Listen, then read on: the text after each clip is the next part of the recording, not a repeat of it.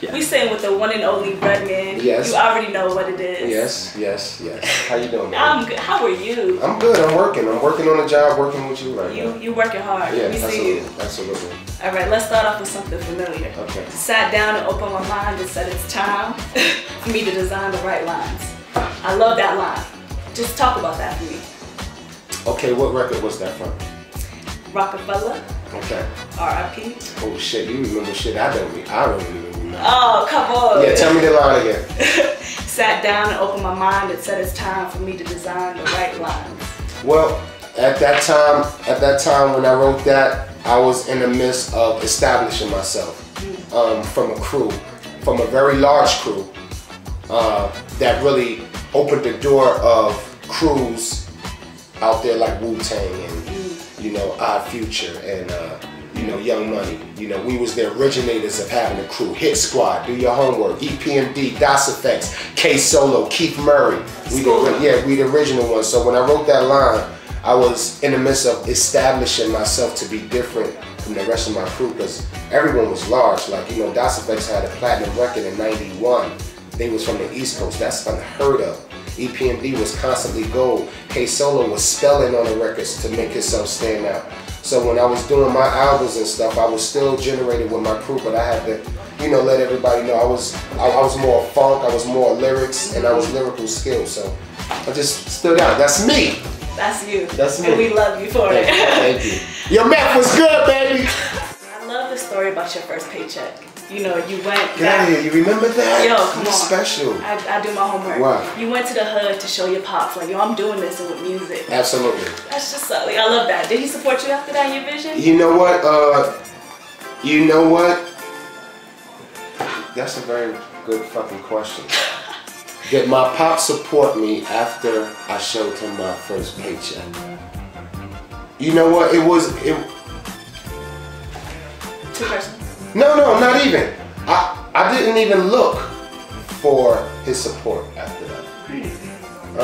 I think exactly. I think it was either you had to get down with the program or not. I'm your son. I made it out on my own in the way I wanted to do it. Because if you know the story, he crushed my tapes. You know what I was making. He was crushing my hip hop tapes, like, you know, like a typical story on TV and shit. You're not gonna do this kind of music. This music is not going. You're gonna go to college. So I beat that and I made my way. So when I showed him my first paycheck, I know he was salty and shit. Cause my first paycheck was like 35 grand back then in like '92 and shit. So I know he was like, shit. Yeah, exactly. I might have been a little bit wrong, and I'm still successful. You know, I go check on my dad all the time and shit. So I just seen him like 2 weeks ago, and I'm still doing my thing. So he has no choice to be proud. Right. I force my proudness on him. From putting in work. From putting in work, exactly. That's dope. So is Blunt Brothers Cinema, you know, the production company with you and Matt still in the works? Yes it is. We want to shoot our own movies. We want to direct our own movies. We want to shoot, like, we want to have a feel of a Cheech and Chong kind of, not as far as the film look and far as shooting movies like Cheech and Chong, but more of a team, like how they stepped together and just shot everything under their belt, and you know they went about their own storyboards. They had people working with them, but it was mostly they ideas and stuff, and that's what Red and Meth want to do. This How High Part 2 shit, I don't know. Yeah, I was gonna say, I know Universal owns that. Yes. But if you could make a sequel, what would the storyline be? Oh shit, I already got it in my phone right here. I got the whole How. Look, first of all, the first How High movie, what? I told them, look, I want to do, my favorite movies was fucking Animal House and Bachelor Party. And I told them ideas, they fed off of it. Meth gave them ideas and we fed off, and it was our ideas. The next idea for How High 2 is right here. And it's right in there? Right in there, just like the first one, like I did. Right in here, it's all ready. Universal, y'all ain't open. I got it! I'm telling you. What's the hold up? I just can't believe it was such a classic. Well, all right, what the fuck? All right, put it this way. All right, Red and Meth first, the How High movie, we did so good with that movie that we was under budget. Like when you have a team that brings your company under budget, like, wow, they ain't even use the money that we had for them for the extra budget. So we use that extra money to shoot more parts to the movie. And then the movie did. You didn't put it in the movie? No, like we had like when we shot, we was finished with the movie and we finished it under the budget. Like, wow, we still have money to play with. So we went back and probably they touched up more scenes or things they could have, you know. And bottom line is that we used this amount of money and made them this amount of money. I'm just giving y'all in the term. Yeah. So it wasn't no reason they couldn't do the movie over. After they wasn't doing the How High, we saw them doing the Harold Kumar movies and all that. But we just had a meeting like maybe last year, maybe in November, and we sat down with Universal and they smelling like they interested again. They need to be. So that's why, you know, I had to think of an idea like, okay, what would Red and Meth be 10 years after the college, 10 to 12 years after the college? And we got to do it right to make it fall in place the right way. And to be just as good. Yeah, exactly. It can't be whack. So it's all right here, ladies and gentlemen. He got it. It's right here. So y'all know right now that, you know, whoever ain't help putting out the Ha Ha movie, they bullshitting because I got the idea right here. It's ready.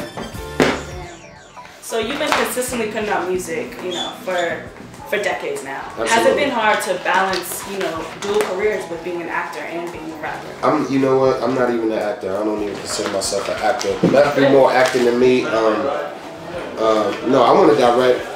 Like I can only act in Red and Meth movies. Honestly. That's the only platform. Yeah. Like I can only act in Red and Meth movies. Like I get called for reading for scripts and stuff like that, but I don't be too interested.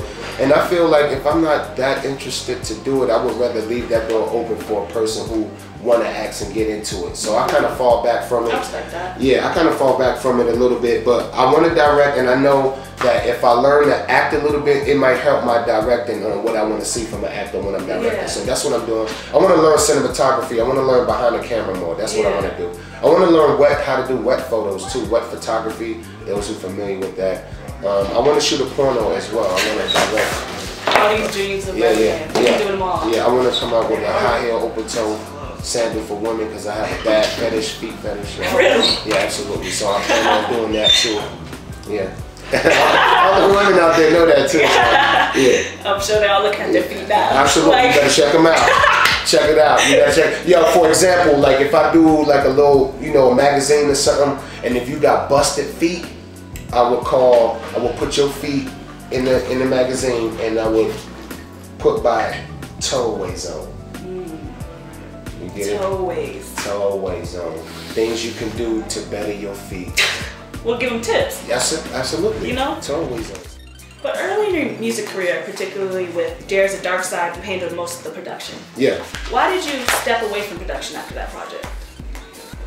Because you know what, it started getting more advanced, and I was doing a lot of other things too, and like just overall, like whenever you say you're gonna do something, like I like to do it to the fullest and do it big, and I don't like considering myself like I wouldn't stamp myself to be official unless I had more work or more practice in it. And when you call yourself a producer, you have to be in it to win it every day, learning and going through music and beats and trying shit every day to be, you know, to call yourself a producer. And I wasn't doing that every day. Yeah. I would freelance with it here and there, but my thing was writing and being MC, so I kind of just stuck to that. I love that, you know, you take each art really, really seriously. Absolutely, you know what I'm saying? absolutely. Like, you're not gonna half-ass it. Just like I don't respect, like, you know, like when basketball players or somebody from sports come in and do a record, I don't consider themselves to say they are a MC. Yeah, no, I wouldn't say they. Hell no. Yeah. You're not an MC. You're just a rapper. You're rapping on a record. But an MC is like a black belt. That's right. It's like a black belt. So I feel that about acting. I feel that about anything, even your job. Like even if I was nice on the camera, but if I don't know my shutter speeds too well or whatever, I wouldn't call myself a photographer. Yeah. And you got a lot of dudes out here with a 5D camera that's just saying they're a director. I don't want to do that. I want to go to school and learn and take classes. Yeah, exactly. Word, so you recently released a preview of Muddy Waters 2. Oh, no, that was just the Muddy Waters 2, the mixtape. The mixtape, yeah. Yeah, absolutely. It was like a 5-minute video. Absolutely. Yeah. But the full project's still coming, right? Yeah. I got Muddy Waters 2 the mixtape, Muddy Waters 2 the EP, and Muddy Waters 2 the album. So y'all getting 3 treats this year, man. Wow. You know, in 2014. Yeah, absolutely. Absolutely. And a Red MF single for the Blackout 3 album at the end of the year. Wow. Yeah. That's big things. Yeah, fuck it. That's what we do. You have this whole concept that only assholes make money. Mm-hmm. Break that down for me. What I meant by that is, you know, like it's a good, it's you could be a good, like I'm an asshole. Like I'm an asshole sometimes. Are you really? I'm a good asshole though. I'm a good asshole in the sense of I'm not an asshole to hurt people's feelings. Yeah. I'm learning to be a good asshole. I wasn't an asshole before, but there's certain kind of assholes that you can be, you know. There's different categories. Right, it's different categories of assholes. Okay, I'm a slight asshole in being funny and shit. Like you're an asshole, but I'm learning to be an asshole in business too, in the sense of being more direct and you know, and it's fucked up that in the business world, to people who don't get it, it's like when you be direct with somebody, when you say no, I don't like that, or just no, they think, oh, he was an asshole. No, I was just saying no because I don't like. I used to be like no because you know it. Now I just say no, I don't like it. I'm not gonna give you a reason why. I just don't like it. I'm a boss. I don't have to give you a fucking reason why I don't like it. Yeah. And I'm gonna leave it at that. Or maybe we should do this. Let's try this. Or I'm willing to listen to reason, but I think my way might be a little bit better. Just overall, because I did my research on it, and I did your research on how you want to do it, but that way it's not suitable for this situation. So I'm gonna just stick with my grounds here. Thank you. Good day.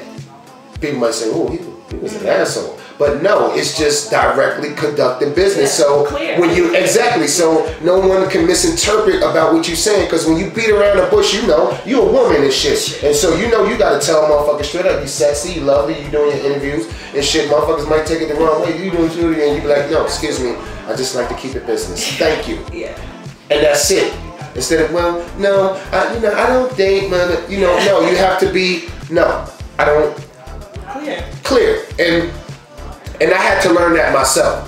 Now being the asshole, like funny, like yo, you fucking chubby cheek motherfucker, you. That's being an asshole. But I have to learn to be an asshole in business. And what I meant by what that statement I said, what you was pertaining to, is why you have to be an asshole to make the monies. Because the assholes that got the yachts and the big businesses and the fucking homes around the world and anything you can imagine, they didn't get there by beating around the bush. They didn't get there by being undecisive about what they're going to say. They were very straight about what they were saying. They said no, and they was even more assholes. You know what? No. Thank you. Next. The thing is, you have like the perfect balance. You have the business mind and the artistic mind. So then it's never like you can be a complete asshole or you could just be, you know, a pushover. Exactly.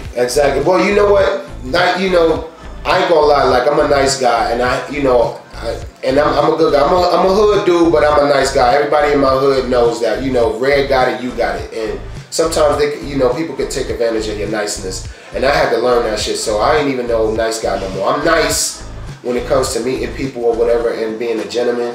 But as far as being a nice guy, that shit is out the door for me now. I'm just about getting this business constructed and being on my way to being a great asshole. It's allowed you longevity though. That's right.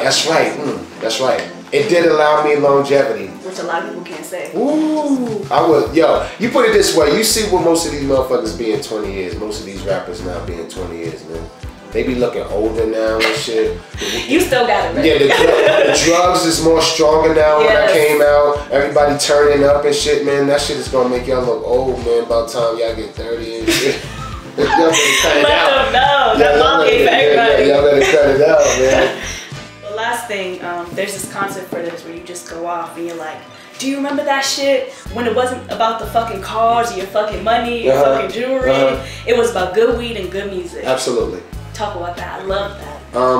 90s, that's what it was about. Listen, don't get me wrong. When I say that, we always had jewelry. Even in the rap group in the 80s, the generation before me, like Salt and Pepper, Big Daddy Kane, Rakim, EPMD, Kid and Play, they rock jewels. They fucking do. Biz Markie, them niggas jewels was heavy. Slick Rick, them niggas they was jewel. When I say it wasn't about your cars and jewelry and stuff in my shows, that means our focus wasn't on that to make y'all absorb to us. We had skills. The cars and the jewelry was a plus for us. Exactly, to whereas to now, it's the main ingredient for artists. And you have artists out here that think they have to talk about that to win. And I'm here to tell you, no, the radio has fucked your mind up. And the radio is the biggest part of this whole fuck up of why hip hop is the way it's now, because they've been paid to play shit that you ain't like and made you like. And fuck the radio. Exactly, that's what I'm like, fuck the radio. Fuck the radio. So, and it's like it made you believe something that you ain't even have to go off, just be yourself. And that's what 90s was about. Yo, this is Redman, I'm in the building. And we tell you to watch us, watch my interview, and come home with me. Yes. Bring your blunts and come home with me, baby. Just make sure your toes is done, baby. You know, come home with me. We appreciate you. Will I be able to smoke a blunt with you? Absolutely. Come on, we got that. Wait up.